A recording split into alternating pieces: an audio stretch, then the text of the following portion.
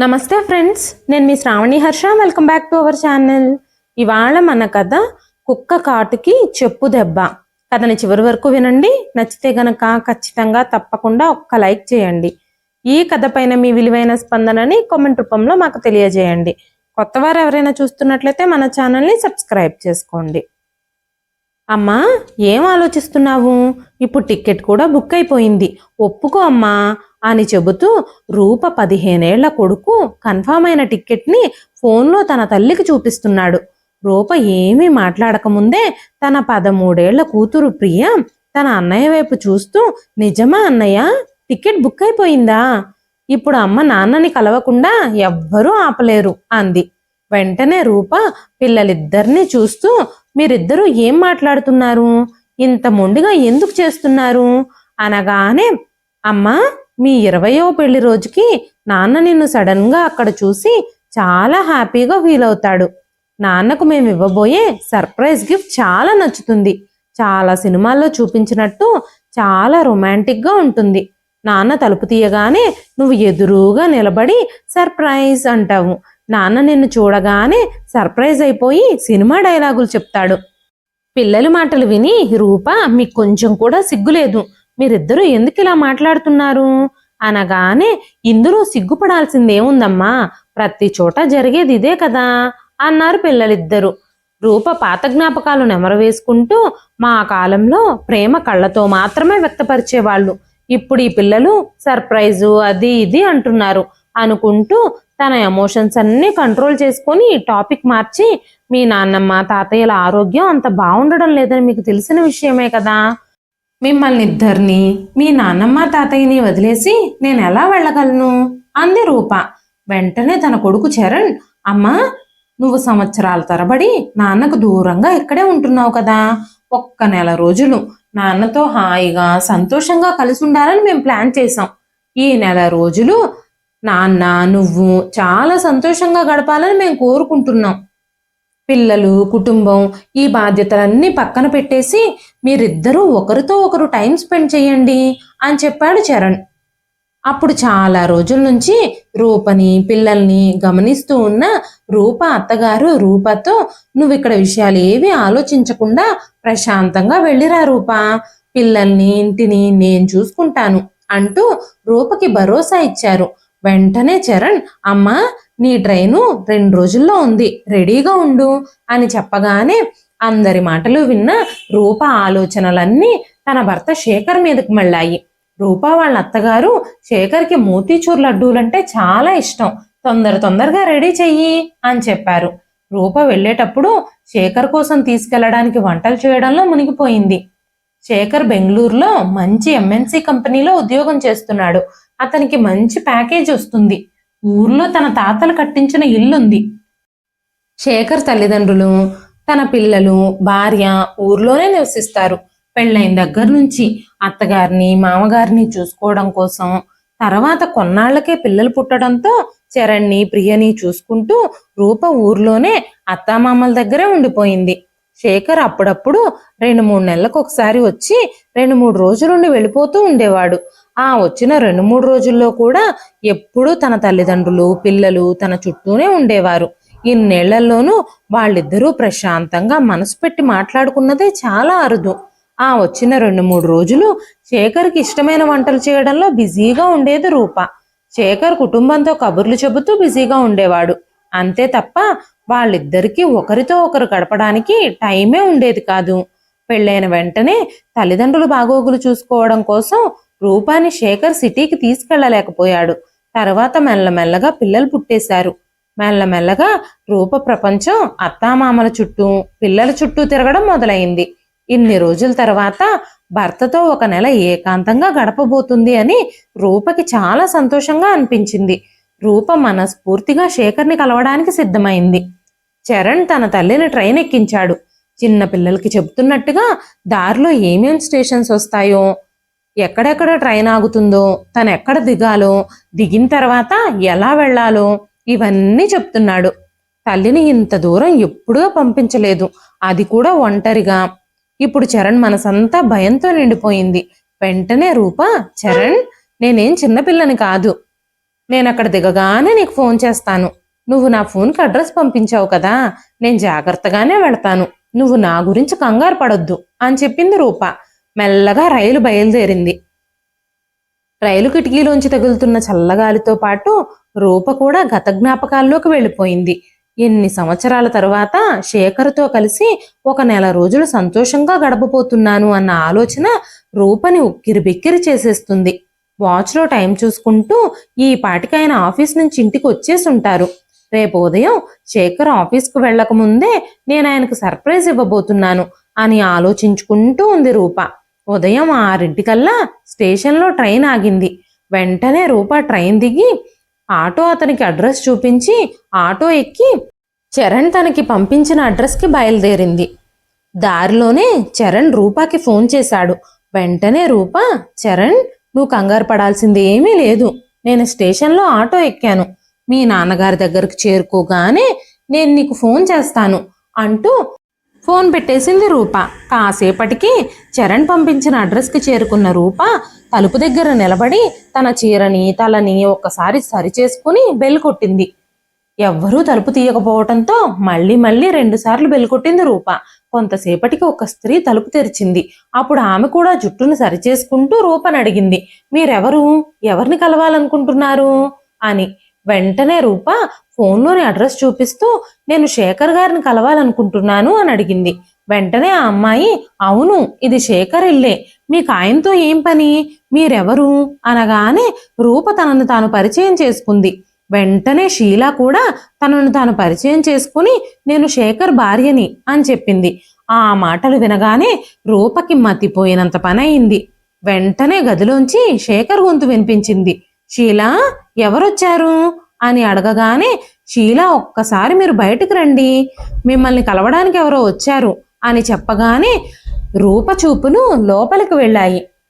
నేను రాంగ్ అడ్రస్కి వచ్చినట్టున్నాను, లోపల వేరే ఎవరో ఉండుంటారు అని ఆలోచిస్తూ నిలబడిన రూపాకి భర్త ఎదురుగా వచ్చి నిలబడటంతో కోలుకోలేని షాక్ తగిలింది. అంతలోనే శేఖర్ ఫోన్ మోగింది. ఈ టైంలో ఎవరు ఫోన్ చేసి ఉంటారా అని ఫోన్ తీసి చూశాడు శేఖర్. చరణ్ కాల్ చేస్తూ ఉన్నాడు. వెంటనే శేఖర్ ఫోన్ని కట్ చేసేశాడు. రూపకి ఏం చేయాలో అర్థం కాలేదు. ఏమీ మాట్లాడకుండా అక్కడి నుంచి వెళ్ళిపోయింది. ఇప్పుడు ఎక్కడికి వెళ్లాలో ఏం చెయ్యాలో తనకి ఏమీ తెలియదు.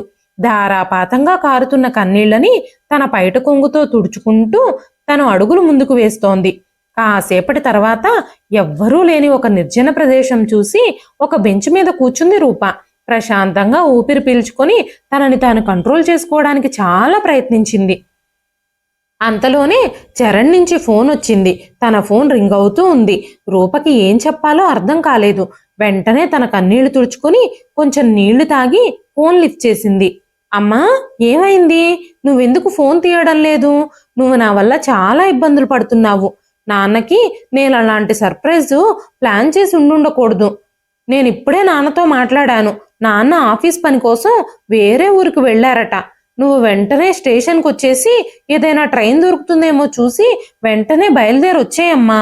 నాకు చాలా బాధగా ఉంది, నన్ను క్షమించమ్మా అని చెబుతున్నాడు చరణ్. కానీ రూప గొంతులోంచి ఎలాంటి శబ్దమూ రావడం లేదు. కాసేపటి క్రితం తను సర్ప్రైజ్ చేద్దామని ఎంతో సంబరంతో వచ్చిన తనకి భర్త ఇచ్చిన షాక్ ని ఎలా మర్చిపోగలదు? శేఖర్ అంత తేలికగా అలాంటి తప్పు ఎలా చేశాడో కూడా రూపకి అర్థం కావడం లేదు. 20వ పెళ్లి రోజుకి శేఖర్కి తను సర్ప్రైజ్ ఇద్దాం అనుకుంది. కానీ ఇక్కడ శేఖర్ రూపకి చాలా పెద్ద షాకింగ్ గిఫ్ట్ ఇచ్చాడు. ఇన్నాళ్ళు శేఖర్కి తాము కాకుండా వేరే ప్రపంచం ఉందని తనెప్పుడూ భావించలేదు. శేఖర్ ఎందుకు ఇలా చేశాడు? శేఖర్ చేసిన నమ్మక ద్రోహానికి ఏం చెయ్యాలి? ఈ 20 సంవత్సరాలు రూప శేఖర్ మీద ఎంతో ప్రేమ పెంచుకుంది. అత్తగారు మామగారికి సేవలు చేయడంలో ఎప్పుడూ విసిగిపోలేదు. కుటుంబం పిల్లల బాధ్యతలతో తన గురించి తానే పట్టించుకోవడం మానేసింది. ఇంటి బాధ్యతలన్నీ చుట్టుముట్టడంతో తన కోసం తన సమయం కేటాయించుకోవడం కూడా మానేసింది. ఒక్కసారిగా శేఖర్ పెళ్లి చేసుకున్న అమ్మాయి నాజూగ్గా మల్లెతీగలా ఉంది. నేనిప్పుడు లావుగా అయిపోయాను, అందుకే శేఖర్కి నేను బోర్ కొట్టానా అని ఆలోచించింది రూప. ఆలోచనలో ఉండగానే ఫోన్ మోగింది. చరణ్ ఫోన్ చేశాడు. అమ్మా, టికెట్ దొరికిందా లేదా అని అడగగానే, నేను టికెట్ తీసుకోవడానికి కౌంటర్లోనే నిలబడున్నాను బాబు, నువ్వేమీ నా గురించి కంగారు పడొద్దు అని చెప్పి ఫోన్ కట్ చేసేసింది రూప. టికెట్ తీసుకొని ప్లాట్ఫారం మీద నడుస్తూ ఉండగా కొంతమంది చిన్నపిల్లలు ఆకలవుతుంది ఏమైనా ఇవ్వమని అందరి ముందు చేతులు చాచి అడుగుతున్నారు. వెంటనే రూప తన బ్యాగ్లోంచి లడ్డూలున్న బాక్స్ తీసి ఆ పిల్లలకిచ్చి ముందుకు కదిలింది. రూప ఇంటికి రాగానే చరణ్ పరిగెత్తుకుంటూ వచ్చి తన తల్లిని కౌగిలించుకున్నాడు. థ్యాంక్ గాడ్ అమ్మా, నువ్వు క్షేమంగా ఇంటికి చేరావు. ఇలాంటి సర్ప్రైజ్ ప్లాన్ చేయడం నాదే తప్పు, నిన్ను నేను చాలా ఇబ్బంది పెట్టాను అన్నాడు చరణ్. కుటుంబ సభ్యుల ముందు తన బాధ బయటపడకుండా తనని తాను నియంత్రించుకోవడానికి చాలా ప్రయత్నిస్తుంది రూప. తన మనసులోని బాధనంతా ఎవ్వరికంటా పడకుండా దాచిపెట్టడానికి శత విధాలా ప్రయత్నం చేస్తోంది. అప్పుడు శేఖర్ తల్లి, పాపం శేఖర్ కుటుంబ బాధ్యతలన్నీ మోయడం కోసం ఎంత కష్టపడుతున్నాడో, ఎక్కడెక్కడ తిరుగుతున్నాడో అన్నారు. కుటుంబ సభ్యులందరికీ శేఖర్ మీద ఉన్న నమ్మకానికి రూప తన కన్నీళ్లని అదుపు చేసుకోలేకపోయింది. ఎవ్వరితోనూ ఏమీ మాట్లాడకుండా బాత్రూంలోకి వెళ్ళి ట్యాప్ తిప్పి చాలా గట్టిగా ఏడవడం మొదలుపెట్టింది. శేఖర్ చేసిన అంత పెద్ద మోసాన్ని తను సహించలేకపోతోంది. శేఖర్ని నిలదీసి అడగాలనిపిస్తుంది, కానీ తన వల్ల ఏమీ కాదు. శేఖర్తో తను గడిపిన 20 ఏళ్ళు సామాన్యమైనవేం కాదు. శేఖర్కి దూరంగా ఉన్నప్పటికీ రూప శేఖర్పై ఎంతో ప్రేమ పెంచుకుంది. శేఖర్తో పెళ్ళైన దగ్గర నుంచి ఎన్నో జ్ఞాపకాలు నింపుకున్న ఆ ఇల్లు ఇప్పుడు తనకి పరాయిదిలా కనిపిస్తోంది.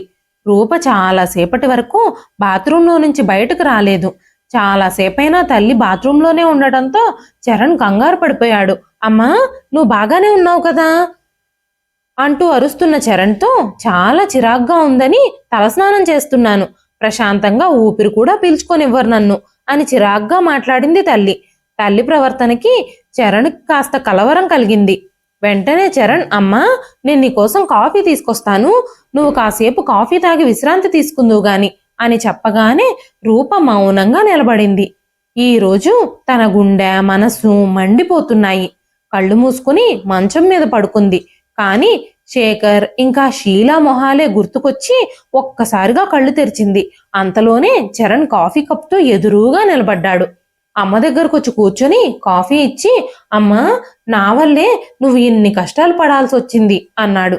కానీ రూప తనతో ఏమీ మాట్లాడాలని అనుకోలేదు. నోరు విప్పితే నోటితో పాటు తన కళ్ళు కూడా మాట్లాడతాయేమో, తన కన్నీళ్లు బయటకొచ్చి జరిగిన విషయం అంతా చరణ్కి తెలిసిపోతుందేమో అని భయపడిపోయింది రూప. ఎంత ప్రయత్నించినా తను మామూలు మనిషిలా మారలేకపోతుంది. కళ్ళు మూసుకున్నా తెరిచినా శేఖర్ తనకి చేసిన నమ్మక ద్రోహమే తన ముందు కనిపిస్తోంది. వెంటనే రూప చరణ్తో, నేను చాలా అలసిపోయాను చరణ్, కాసేపు నన్ను ఒంటరిగా వదిలేయి, నేను కాసేపు విశ్రాంతి తీసుకుంటాను అని చెప్పింది. శేఖర్ తనతో చెప్పేవన్నీ అబద్ధాలేనని రూపకి ఇప్పుడిప్పుడే అర్థమవుతుంది. 5 ఏళ్ల రిలేషన్షిప్ తర్వాత 2 ఏళ్ల క్రితమే షీలాని పెళ్లి చేసుకున్నాడట. అంత చదువుకున్న ఉద్యోగం చేసే అమ్మాయి కూడా అంత తేలిగ్గా శేఖర్ ట్రాప్లో ఎలా పడిపోయిందో తెలియడం లేదు రూపాకి. షీలా చాలాసార్లు శేఖర్ని తన తల్లిదండ్రుల్ని కల్పించమని అడిగినప్పుడు శేఖర్ తన తల్లిదండ్రులు ఊర్లో బంధువులతో కలిసి నివసిస్తున్నారని, అందుకే నెల నెలా వాళ్ళకి డబ్బులు పంపుతున్నానని, అప్పుడప్పుడు వెళ్ళి వాళ్ళని చూసి రావాలని చెప్పాడు. నేను నిన్ను ప్రేమించి పెళ్లి చేసుకున్నాను కాబట్టి నా తల్లిదండ్రులు నిన్ను ఇష్టపడరు అని చెప్పి షీలాని మేనేజ్ చేస్తూ వచ్చాడు శేఖర్. కానీ షీలా రూప అంత బలహీనరాలు కాదు. శేఖర్ కవర్ చేయడానికి చాలా ప్రయత్నించినప్పటికీ చివరికి నిజం చెప్పేయాల్సి వచ్చింది. దాంతో షీలా శేఖర్ని అసహించుకొని, నువ్వు ఎంతమంది జీవితాలతో ఆడుకుంటున్నావో, నీ మొహం నాకు జీవితంలో చూపించకు అని చెప్పింది. తన సామాన్లన్నీ తీసుకుని అప్పుడే ఇంటి నుంచి బయలుదేరి వెళ్ళిపోయింది. శేఖర్ షీలాని ఒప్పించడానికి చాలా ప్రయత్నించాడు. కానీ ఒక్క సెకండ్లో అంతా మారిపోయింది. 2 రోజులు గడిచినా కూడా రూప అలాగే ఉంది. చరణ్ ఏం జరిగిందో తెలుసుకోవాలని ప్రయత్నించినప్పుడల్లా రూప మౌనంగానే ఉండేది. నాన్నని కలవాలని చాలా ఆశ పెంచుకుని ఉంటుంది అమ్మ, అందుకే అది నెరవేరకపోయేసరికి తను డిప్రెస్ అయి ఉండొచ్చు అనుకున్నాడు చరణ్. 2 రోజుల తర్వాత శేఖర్ ఇంట్లో అడుగుపెట్టగానే శేఖర్ తల్లిదండ్రుల కళ్ళు ఆనందంతో నిండిపోయాయి.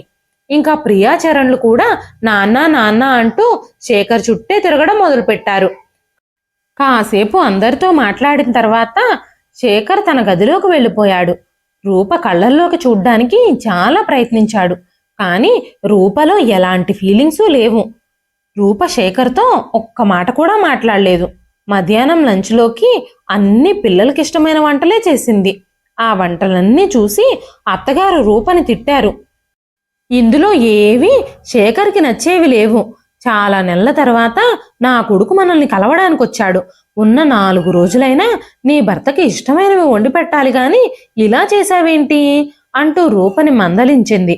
కానీ రూప ఏమీ మాట్లాడలేదు, మౌనంగానే నిలబడిపోయింది. తల్లిలో వచ్చిన ఆ మార్పు చరణ్కి బాగానే కనిపిస్తుంది. తన తండ్రి ఇంటికి వచ్చినప్పుడల్లా అలసిపోకుండా ఏం కావాలో తెలుసుకుని మరి తన కోసం ఎన్నెన్నో చేసే తల్లి ఇలా ఎందుకు బిహేవ్ చేస్తుందో చరణ్కి అర్థం కాలేదు.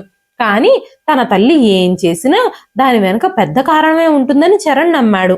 రాత్రి భోజనాలయ్యాక ఎలాగైనా రూప రాత్రికి గదిలోకి వస్తుంది కదా, అప్పుడు తనతో మాట్లాడాలని తన కోసం ఎదురు చూడడం మొదలుపెట్టాడు శేఖర్.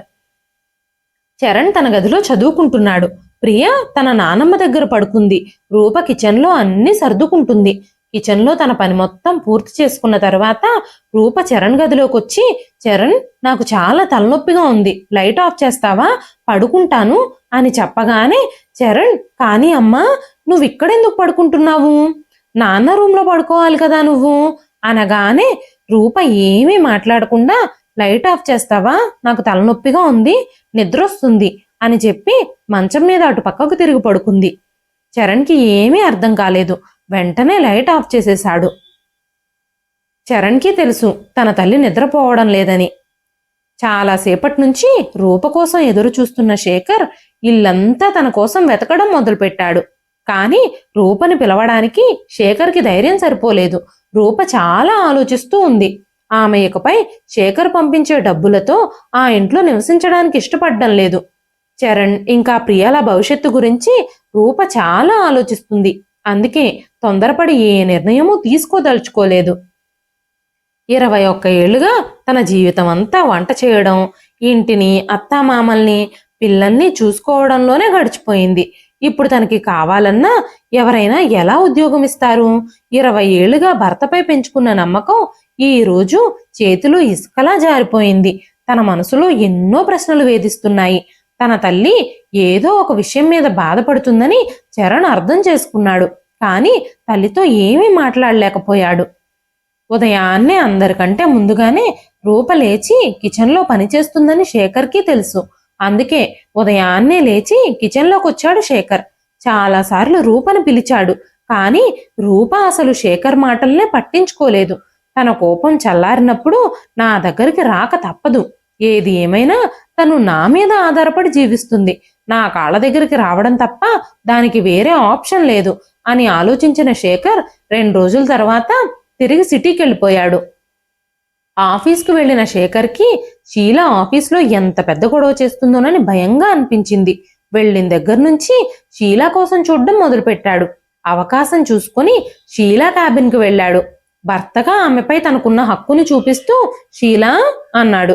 వెంటనే షీలా, నువ్వు మేకవన్న పులివి, నన్నెంత మోసం చేశావు, వెంటనే నా క్యాబిన్ నుంచి బయటికెళ్ళు అనగానే శేఖర్, నేనెందుకు బయటకెళ్ళాలి, నేను నా భార్యతో మాట్లాడుతున్నాను, ఇప్పుడు నా మీద నువ్వు చిరాకు పడితే అందరూ మన గురించి ఏమనుకుంటారు అనగానే షీలా, నీ నిజస్వరూపం అందరికీ తెలిసిపోయింది, నువ్వు పెద్ద మోసగాడవని ఆఫీసులో నేను అందరికీ చెప్పేశాను అనగానే అప్పుడే శేఖర్కి అర్థమైంది తను వచ్చిన దగ్గర నుంచి ఆఫీసులో అందరూ తన్ని ఎందుకలా చూస్తున్నారో. వెంటనే శేఖర్ కోపంతో షీలాని లాగి పెట్టి కొట్టాడు. ఆ చప్పుడికి ఆఫీస్ స్టాఫ్లో చాలా మంది అక్కడికి చేరుకున్నారు. అప్పుడు షీలా కూడా అందరి ముందు శేఖర్ని చెప్పుతో కొట్టింది.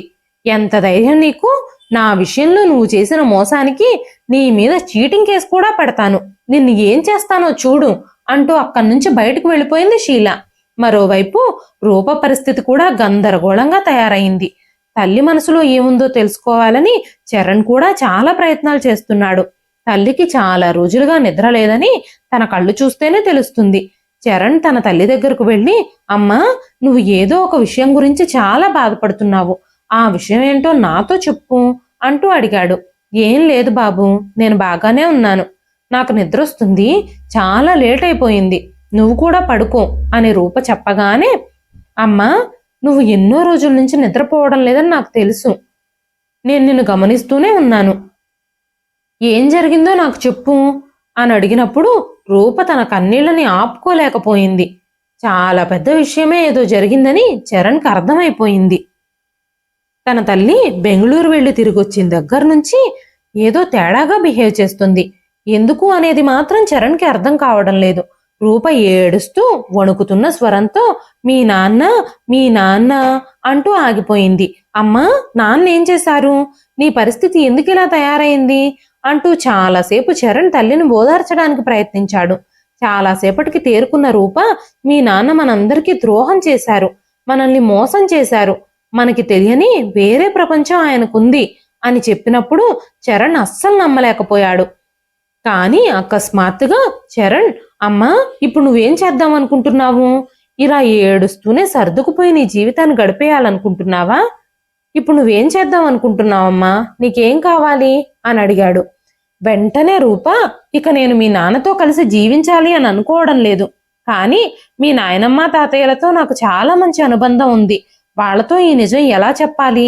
వాళ్ళని విడిచిపెట్టడం నాకంత సులభం కాదు అంటూ ఏడుస్తుంది రూప. అనుకోకుండా అక్కడికొచ్చిన మామగారు బయట నిలబడి ఆ మాటలన్నీ విన్నారు. కొడుకు చేసిన ద్రోహం, కోడలికి కొడుకుపై ఉన్న ప్రేమ, నమ్మకం అన్నీ తన కళ్ళ ముందు కనిపిస్తున్నాయి.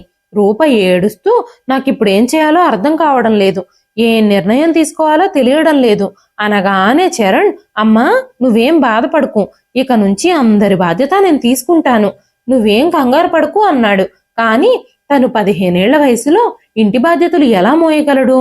రూప దగ్గర ఏ ప్రశ్నకి సమాధానాలు లేవు, అన్నీ అసంపూర్తిగానే మిగిలిపోయాయి. మరోపక్క షీలా ప్రవర్తన చూసిన శేఖర్ మళ్లీ రూపని ఎలాగైనా తన దారిలోకి తెచ్చుకోవాలని ప్రయత్నాలు మొదలుపెట్టాడు. షీల ఒక్క చెప్పు దెబ్బతో వాళ్ళిద్దరి మధ్య ఉన్న సంబంధాన్ని ముగించేసింది. కానీ రూప అలాంటిది కాదు, చాలా ఆలోచించే నిర్ణయాలు తీసుకుంటుంది. తనకి నా దగ్గరికి రావడం తప్ప మరో మార్గం లేదు అని ఆలోచించి ఇంటికొచ్చాడు శేఖర్. ఇంటికి చేరుకోగానే తన తల్లి శేఖర్ని కౌగిలించుకుంది. కొడుకు అలసట గమనించి తన కొంగుతో చెమట తుడిచింది. కానీ శేఖర్ ఇంటికి రావడం తన తండ్రికి అస్సలు నచ్చలేదు. ఎందుకంటే రాత్రి తన కోడలు మనవడు మధ్య జరుగుతున్న సంభాషణ అంతా ఆయన విన్నారు. శేఖర్ కళ్ళు రూపా మొహం మీదే ఉన్నాయి. తన కళ్ళల్లో బాధ కనిపిస్తూనే ఉంది. ఆ బాధ చూసిన శేఖర్ మొహంలో అహంకారపు చిరునవ్వు మెరిసింది. వెంటనే శేఖర్ తండ్రి, నువ్వు మొన్నే కదా వెళ్ళావు, ఈ రోజు మళ్ళీ ఇంత హఠాత్తుగా ఇంటికెందుకొచ్చావు? అసలు కారణం ఏంటి అని అడిగారు. శేఖర్ అబద్ధాలు చెప్పడం మొదలుపెట్టాడు. నాన్న, నేను చాలా ఏళ్లుగా ఉద్యోగ బాధ్యతలతో ఇంటికి దూరంగా ఉంటున్నాను. నేను నా భార్య పిల్లలకు కాస్త సమయం ఇవ్వాలి అని అనుకున్నాను. అందుకే ఆఫీస్లో లాంగ్ లీవ్ పెట్టాను అని చెప్పాడు. వెంటనే శేఖర్ తండ్రి కోపంగా, నువ్వు ఇంత పనికిమాలిన వాడవని నేను ఎప్పుడూ అనుకోలేదు, ఎంత ఈజీగా అబద్ధాలు చెప్తున్నావు అన్నాడు. వెంటనే శేఖర్ తల్లి, నా కొడుకుని పనికిమాలినవాడు అంటున్నారా మీరు? పగలు రాత్రి తన రక్తాన్ని చెమటగా మార్చి మన కోసం కష్టపడుతున్నాడు మన కొడుకు. ఇప్పుడు మనతో కలిసి కొన్ని రోజులు సంతోషంగా గడపడానికి ప్రయత్నిస్తున్నాడు. మీరు ఎందుకలా మాట్లాడుతున్నారు అనగానే ఆయన అందరి ముందు శేఖర్ నిజస్వరూపాన్ని బయట పెట్టేశారు. మామగారికి ఈ విషయం ఎలా తెలిసిందో రూపకి అర్థం కాలేదు. తన తండ్రి రూపకి సపోర్ట్ చేయడం చూసి శేఖర్కి చాలా కోపం వచ్చింది. వెంటనే శేఖర్ చాలా కోపంగా, ఈ పనికిమాలిన చదువులేని మొద్దును తీసుకొచ్చి నా కంటగట్టారు మీరు. మీ మాట వినే కదా నేను తనని పెళ్లి చేసుకున్నాను. అయినా నేనేం తక్కువ చేశాను ఇప్పుడు తనకి? నెల నెల ఇంటి ఖర్చులకు డబ్బులు పంపిస్తూనే ఉన్నాను కదా అనగానే శేఖర్ తండ్రి కోపంగా, నువ్వు నెల నెల ఇంటి ఖర్చులకి ఎంత డబ్బులు పంపిస్తున్నావో, ఖర్చులు ఎంత అవుతున్నాయో నీకు తెలుసా? నా పెన్షన్ డబ్బులు నా కోడలు ఎంత పొదుపుగా వాడి ఈ ఇంటిని నిర్వహిస్తుందో నీకు తెలుసా అనగానే శేఖర్ కోపం మరింత పెరిగింది. కన్న కొడుకును కాదని బయట నుంచి వచ్చిన దాన్ని నువ్వు సపోర్ట్ చేస్తున్నావా అన్నాడు. శేఖర్ మాటలు వింటూ రూప ప్రియని తీసుకుని బయటికెళ్ళమని చరణ్తో చెప్పింది. ఎందుకంటే చరణ్ వేడి రక్తం గురించి రూపకు తెలుసు. తన తల్లిని తండ్రి దూషించడం వింటే చరణ్ రక్తం ఉడికిపోతుంది. చరణ్ ఇంకా శేఖర్ల మధ్య గొడవ జరగకుండా కొడుకును బయటకు పంపించేసింది రూప. అప్పుడు శేఖర్ తల్లి సుభద్రమ్మ గారు, ఇన్నేళ్లు కుటుంబం కోసం కష్టపడిన నా కొడుకు తప్పు చెయ్యడు, ఏదో అపార్థం జరుగుంటుంది అనగానే విశ్వనాథం గారు, ఈ రోజు కూడా నీకొక్క గ్లాస్ మంచినీళ్ళు కావాలంటే నువ్వు ఎవరిని పిలుస్తావు? నీ కళ్ళు నుంచి తల్లి ప్రేమ అనే తెరలు తొలగిస్తే నువ్వు సత్యాన్ని చూడగలుగుతావు. ఇన్నేళ్లు నీ కొడుకు కుటుంబం కోసం కష్టపడ్డాడని నువ్వు అనుకుంటున్నావు కదా, కానీ ఈ కుటుంబం కోసం కష్టపడింది నీ కొడుకు కాదు, మన కోడలు. భర్త నోటి నుంచి అలాంటి మాటలు విన్న సుభద్రమ్మ గారు ఆ మాటలన్నీ నిజమే అని ఆ మాటల్లో ఏ ఒక్క మాటని కాదనలేకపోయారు. ఈ ఇల్లంతా రూప కష్టంతోనే నడుస్తుంది అని ఆలోచించడం మొదలుపెట్టారు. అలా మౌనంగా ఉన్న తల్లిని చూసి శేఖర్, అమ్మా నువ్వెందుకు మౌనంగా ఉన్నావు, ఏదైనా మాట్లాడు అనగానే సుభద్రమ్మ గారు శేఖర్ చెంప పగలగొట్టారు. నువ్వు సిటీలో మళ్ళీ పెళ్లి చేసుకున్నావా? నీకప్పటికే పెళ్ళయిందని, నీకొక భార్య ఉందని, తన పేరు రూప అని, ఆమె నీ పిల్లలకు తల్లి అని నువ్వెలా మర్చిపోయావు అని అడిగారు సుభద్రమ్మ గారు. వెంటనే శేఖర్ కోపంగా, ఈ రోజు నీ వల్లే నా తల్లి నాపై చెయ్యెత్తింది, నీకెంత ధైర్యం, నా కుటుంబాన్ని నాకు వ్యతిరేకంగా నిలబెడతావా? నీ స్థితేంటో నువ్వు మర్చిపోవద్దు. నేను గాని డబ్బులు పంపడం మానేస్తే మీరు ఎలా బ్రతుకుతారో నేను చూస్తాను అన్నాడు శేఖర్. భర్త మాటలకి రూపకి కన్నీళ్లాగడం లేదు. తన భర్త తన ఆత్మగౌరవాన్ని అంతలా దెబ్బతీయటంతో ఆ వ్యక్తితో ఇంకా కలిసి జీవించాలని అనుకోవడం లేదు రూప. చరణ్ తన తల్లికి ఏమీ చెప్పలేదు, కానీ తల్లి ఎలాంటి నిర్ణయం తీసుకున్నా తను సపోర్టుగా ఉండాలని నిర్ణయించుకున్నాడు. చాలా ఆలోచించుకున్న తర్వాత రూప ఆ రోజు రాత్రి మామగారి గదిలోకి వెళ్లి తన నిర్ణయం చెప్పింది. మామయ్య గారు, ఇప్పుడిక నుంచి నేను ఈ ఇంట్లో ఉండలేను. నేను రేపే నా పిల్లల్ని తీసుకుని ఈ ఇంటి నుంచి బయటకు వెళ్ళిపోవాలి అని అనుకుంటున్నాను. ఇక మీదట మీ అబ్బాయితో జీవించడం నాకిష్టం లేదు అని చెప్పింది. ఆ మాటలు విన్న సుభద్రమ్మ గారు, రూపా నువ్వేం మాట్లాడుతున్నావు? చిన్న విషయానికి పెద్ద గొడవ చెయ్యొద్దమ్మా. ఆ అమ్మాయి ఇప్పుడు మన శేఖర్ను వదిలేసి వెళ్ళిపోయిందట, పొరపాటు జరిగింది. ఇందులో ఆ అమ్మాయి తప్పు కూడా ఉంటే ఉంటుంది కదా. శాంతం మొత్తం తప్పు శేఖర్ మీదే వేస్తే ఎలాగా? నీ భర్త చేసిన తప్పుల్ని క్షమించి తనకి ఇంకొక అవకాశం ఇవ్వు అనగానే రూప తన మామగారిని చూస్తూ, మామయ్య గారు, బహుశా నేను వెళ్ళిపోవడమే మంచిది అని నేను అనుకుంటున్నాను. నా నిర్ణయాన్ని నేను మార్చుకోవాలని అనుకోవడం లేదు. ఆయనతో ఇక మీదట నేను కలిసి జీవించలేను అని చెప్పి తన గదిలోకి వెళ్ళిపోయింది. ఆ రాత్రి ఆ ఇంట్లో ఎవ్వరూ నిద్రపోలేదు. ఉదయం చూసేసరికి ఇంటి తలుపులు తెరుచున్నాయి. బహుశా శేఖర్ అక్కడి నుంచి వెళ్ళిపోయి ఉండొచ్చు. శేఖర్ వెళ్ళిపోయిన తర్వాత మామగారు రూపని వెళ్ళనివ్వలేదు. వృద్ధాప్యంలో మనవళ్ళని మనవరాల్ని మాకు దూరం చేయొద్దమ్మా అని రూపని బ్రతిమాలారు. నువ్వు శేఖర్తో కలిసి ఉండాలనుకోకపోతే దానికి మేము అడ్డు చెప్పము, కానీ నువ్వు ఇంట్లో నుంచి వెళ్ళిపోవద్దు, మాకు శేఖర్ వద్దు, నువ్వే కావాలి అని చెప్పారు. శేఖర్ కూడా ఇంట్లో నుంచి వెళ్ళిపోవడంతో రూప ఇక ఆ ఇంట్లోనే ఉండిపోయింది. కానీ ఇప్పుడు ఆ ఇంటితో తనకున్న సంబంధం తెగిపోయినట్టు, ఆ ఇల్లు తన సొంత ఇల్లు కాకుండా పరాయిదిలా అనిపిస్తుంది. తర్వాత రోజు పక్కింటమ్మాయి రూప దగ్గరకొచ్చి, వదినా రేపు నా కూతురు పుట్టినరోజు, ఫంక్షన్కి వంట నువ్వే చెయ్యాలి, ఎందుకంటే వంట చేయడానికి మేము మాట్లాడుకున్న వ్యక్తికి ఏదో ఇబ్బంది వచ్చిందట, ఇంత తొందరగా మాకెవ్వరూ దొరకలేదు, నేను 50 మందికి వంట చేయాలంటే నా వల్ల కాదు, నేను వండిన భోజనం మీ అన్నయ్యకే నచ్చదు, నువ్వు చేస్తే అందరూ ఇష్టపడతారు, నువ్వు చాలా బాగా వంటలు చేస్తావు, నువ్వు బయటకు రావని నాకు తెలుసు, కావాలంటే నువ్వు మీ ఇంట్లోనే వంటలు చేసేసేయి, వంటలు మొత్తం పూర్తయ్యాక మేమే వచ్చి వాటిని తీసుకెళ్తాం అని చెప్పగానే రూప దానికి ఒప్పుకుంది. ఇప్పుడు రూపాకి ఒక కొత్త ఆలోచన పుట్టింది. వెంటనే చరణ్ దగ్గరికి వెళ్ళి జరిగిన విషయం అంతా చెప్పి, మనం కూడా హోమ్ డెలివరీ బిజినెస్ చేస్తే కొంచెం డబ్బులు సంపాదించుకోవచ్చు కదా, మనం రకరకాల ఫుడ్ ఐటమ్స్ రెడీ చేసి హోమ్ డెలివరీ ఇద్దాం అని చెప్పగానే చరణ్ చాలాసేపు ఆలోచించి ఒక నిర్ణయం తీసుకున్నాడు. హోమ్ డెలివరీ అంటే చాలా ప్రాసెస్తో కూడుకున్న పని అని చరణ్కి తెలుసు. అందుకే చరణ్ వేరే ప్లాన్ ఆలోచించాడు. మరుసటి రోజు తన తల్లి వంట చేసేటప్పుడు వీడియోలు తీయడం మొదలుపెట్టాడు.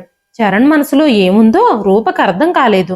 ఈ రోజు వీడియోలు తీయాల్సిన అవసరం ఎందుకొచ్చిందని పదే పదే రూప అడిగింది. కానీ చరణ్ ఊరికే నాకు ఈ రోజు వీడియో తీయాలనిపించింది, అందుకే తీస్తున్నాను అని చెప్పాడు. రూప పుట్టినరోజు ఫంక్షన్ కోసం చేసిన భోజనాల్ని అందరూ మెచ్చుకున్నారు. అందరి మాటలు విన్న తర్వాత చరణ్కి కూడా కొత్త ఆశ చిగురించింది. రాత్రంతా కూర్చుని మొబైల్లో వర్క్ చేయడం మొదలుపెట్టాడు. ఇది తనకి రోజువారీ విషయంగా మారిపోయింది. ప్రియ కూడా రోజు ఏదో ఒక వెరైటీ చేయమని తన తల్లిని అడుగుతూనే ఉండేది. రూప ఏం తయారు చేసినా చరణ్ దాన్ని మొబైల్లో వీడియో తీసేవాడు. మరోవైపు శేఖర్, షీల ఒకే ఆఫీస్లో పనిచేస్తున్నారు. కానీ శేఖర్కి ఆ ఆఫీస్లో అస్సలు గౌరవం లేదు. షీలా చేస్తున్న చాలా ఆరోపణలు శేఖర్ ఎదుర్కొంటున్నాడు. ఇంటికి డబ్బులు పంపించడం కూడా మానేశాడు. ఇంటికి డబ్బు పంపకపోతే ఆర్థిక ఇబ్బందులతో ఎలాగైనా సరే రూప తన కాళ్ళ దగ్గరకు వస్తుందని ఆశపడ్డాడు శేఖర్. ఒకరోజు సుభద్రమ్మ గారు, 8 నెలలు గడిచిపోయాయి, కానీ నా కొడుకు ఇంటికి రాలేదు, ఫోను చేయలేదు, ఒక్కసారి ఫోన్ చేసి ఎలా ఉన్నాడో మాట్లాడండి అని విశ్వనాథం గారిని అడగగానే ఆయన భార్య మీద చాలా కోపం తెచ్చుకున్నాడు. నీ కొడుకు నీ గురించి ఎప్పుడైనా పట్టించుకున్నాడా? నీ ఆరోగ్యం ఎలా ఉందని ఇప్పటి వరకు కనీసం ఫోన్ చేసి అడిగాడా? ఇంటికి డబ్బులు పంపించడం కూడా మానేశాడు. భార్యని, పిల్లల్ని, తల్లిదండ్రుల్ని పట్టించుకొని పనికి మాలిన వ్యక్తితో నాకు ఎలాంటి సంబంధమూ లేదు. నువ్వు కావాలనుకుంటే నీ కొడుకు దగ్గరికి వెళ్ళిపోయి అక్కడే ఉండొచ్చు, కానీ నేను మాత్రం నా కోడలికి సపోర్ట్గా ఎప్పటికీ ఉంటాను అని చెప్పారు. పిల్లల చదువుల ఖర్చులు, ఇంటి ఖర్చులు అన్నీ రూపాపైనే పడ్డాయి. కొద్ది నెలల్లోనే చాలా కష్టాలు మొదలయ్యాయి. అప్పటి వరకు రూప తన పొదుపు డబ్బులతో, మామగారి పెన్షన్ డబ్బులతో ఇంటిని జాగ్రత్తగా నడుపుతూ వచ్చింది. ఒకరోజు చరణ్ ఉదయాన్నే నిద్రలేచి గబ్బగబ్బా కిచెన్లోకి వెళ్ళి తన తల్లిని కౌగిలించుకున్నాడు. ఏం చేస్తున్నాడో అర్థం కాని రూప ఆశ్చర్యపోయింది. చరణ్ అందరి ముందు తన మొబైల్ ఓపెన్ చేసి తన తల్లి వీడియో వైరల్ అయిందని చూపించాడు. ఇప్పుడు తనకి యూట్యూబ్లో 33,000 మంది సబ్స్క్రైబర్లున్నారు. ఈ విషయం రూపకేమీ తెలీదు. మా అమ్మ వీడియోల్ని ఇప్పుడు చాలా మంది చూస్తున్నారు, తన వంటకాల్ని అందరూ ఇష్టపడుతున్నారు. ఆ నెలలో రూప అకౌంట్లో 8,000 జమ అయింది అని కూడా చెప్పాడు చరణ్. కానీ రూపకి ఏమీ అర్థం కాలేదు. ఇంట్లో వాళ్ళందరూ చరణ్ మాటల్ని అర్థం చేసుకోవడానికి ప్రయత్నిస్తున్నారు, కానీ ప్రియకి తప్ప తను చెప్పే విషయం ఎవ్వరికీ అర్థం కాలేదు. అప్పుడు వెంటనే చరణ్ చెప్పాడు, నేను అమ్మ వండే వంటలన్నీ వీడియోలు చేసి యూట్యూబ్లో, ఫేస్బుక్ పేజీల్లో పోస్ట్ చేశాను. నేను అనుకున్నది అంత తొందరగా జరగకపోవచ్చని మొదట్లో ఎవ్వరితోనూ చెప్పలేదు. వీడియోలు పాపులర్లోకి రావడానికి చాలా టైం పడుతుంది. 2 నెలల నుంచి అమ్మ వీడియోలు వైరల్ అవ్వడం మొదలయ్యాయి. రోజు వీడియోలు అప్లోడ్ చేస్తే మనకు డబ్బు వస్తుంది. ఆ విధంగానే ఈ రోజు 8,000 మొదటి జీతంగా అమ్మకొచ్చాయి. డబ్బులొచ్చాక అమ్మని సర్ప్రైజ్ చేద్దామని ఇంతకాలం ఈ విషయం రివీల్ చేయలేదు. అమ్మని ఇంకా ఇంకా జనాలు ఇష్టపడడం ప్రారంభిస్తే మెల్లమెల్లగా వ్యూస్ పెరుగుతూ ఉంటే 25-30 వేల వరకు కూడా డబ్బులు రావచ్చు అని చెప్పాడు చరణ్. ఈ మాటలు విని రూప ఒళ్ళంతా జల్తరించింది. తను ఊహించను కూడా ఊహించలేదు తను ఏమైనా డబ్బులు సంపాదించగలదని. కానీ చరణ్ ఆమెలో ఒక ఆశను నింపాడు. ఈ రోజు తనకొచ్చింది చిన్న మొత్తమే, అయినా తన కళ్ళలో ఆనందంతో కన్నీళ్లు కారుతున్నాయి. ఆ కన్నీళ్లను చూసి చరణ్ తల్లిని కౌగిలించుకున్నాడు. మెల్లగా సమయం గడిచిపోతుంది. 2 ఏళ్లుగా తను ఫోన్లో వీడియోలు చేస్తూనే ఉంది. రూప కూడా ఫోన్తో బిజీ అయిపోయింది. చరణ్ దగ్గర తను చాలా నేర్చుకుంది. రూప డ్రెస్సింగ్ స్టైల్ కూడా మారిపోయింది. ఇంకా తన ఆత్మవిశ్వాసం కూడా మెరుగుపడింది. ఇంటి ఖర్చులన్నింటినీ చక్కగా నిర్వహిస్తుంది. తను కోరుకున్నట్టుగానే తను ఆన్లైన్లో అడ్మిషన్ తీసుకుని చదువుకోవడం కూడా మొదలుపెట్టింది. ఒకరోజు శేఖర్ని తలుపు దగ్గర చూసిన కుటుంబ సభ్యులు ఆశ్చర్యపోయారు. రూపే బయటకొచ్చి తలుపు తెరిచింది. చాలా మారిపోయిన రూపని చూసి శేఖర్ కళ్ళు చెమర్చాయి. ఇంతకు ముందు తనకు తెలిసిన రూపకి ఇప్పటి రూపకి చాలా తేడా ఉంది. శేఖర్ని చూడగానే రూప వెంటనే తన గదిలోకి వెళ్ళిపోయింది. శేఖర్ పరిస్థితి చాలా విషమించి కళ్ళు లోతుకు వెళ్ళిపోయి చాలా సన్నగా తయారయ్యాడు. కొడుకు పరిస్థితి చూసి తల్లి కరిగిపోయింది. తనని గదిలోకి తీసుకెళ్ళింది. శేఖర్ని చూసి తల్లి కళ్ళు చెమ్మగిల్లుతూ ఉండగా అంత వృద్ధాప్యంలో ఉన్న తల్లిని చూసి తన తండ్రి ఇంకా లేరు అని అర్థం చేసుకోవడానికి శేఖర్కి ఎక్కువ సమయం పట్టలేదు. రూప విషయంలో కొడుకు చేసిన దుర్మార్గాలకు ఆయన తట్టుకోలేకపోయారు అని తన తల్లి చెప్పింది. ఆ బాధతోనే ఆయన ఈ లోకాన్ని విడిచిపెట్టి వెళ్ళిపోయారు. చాలా రోజుల క్రితమే రూప కూడా ఇల్లు వదిలి వెళ్ళిపోవాలనుకుంది. కానీ నన్ను ఒంటరిగా ఎలా వదిలి వెళ్ళగలదు? నువ్వు చేసిన తప్పులకి ఎంతమంది శిక్ష అనుభవించాల్సి వచ్చిందో చూసావా అంటూ సుభద్రమ్మ గారు కన్నీళ్లు పెట్టుకున్నారు. ఇప్పుడు శేఖర్ దగ్గర ఏమీ లేదు. షీల అతన్ని పూర్తిగా నాశనం చేసేసింది. ఉద్యోగం, గౌరవం అన్నీ పోయాయి. కొన్ని నెలలు తను జైల్లో కూడా గడిపాడు. ఇన్ని రోజులు అత్తగారిని ఒంటరిగా వదిలి వెళ్లడం ఇష్టం లేక రూప అదే ఇంట్లో పరాయిదానిలా బ్రతుకుతుంది. కానీ ఇప్పుడు కొడుకొచ్చాడు. ఇక ఆ ఇంట్లో తన అవసరం లేదు అనుకుంది రూప.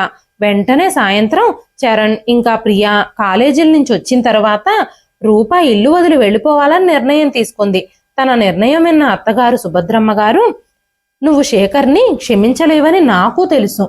నువ్వు ఈ ఇంటి నుంచి వెళ్ళిపోవాలనుకుంటే వెళ్ళిపోదువు గాని నేను నిన్ను ఆపను.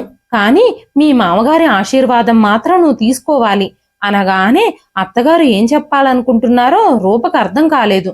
సుభద్రమ్మ గారు రూప చేతికి ఒక కీ ఇచ్చారు. మీ మామగారు రిటైర్మెంట్ డబ్బులతో నీకోసం ఒక ఫ్లాట్ కొన్నారు.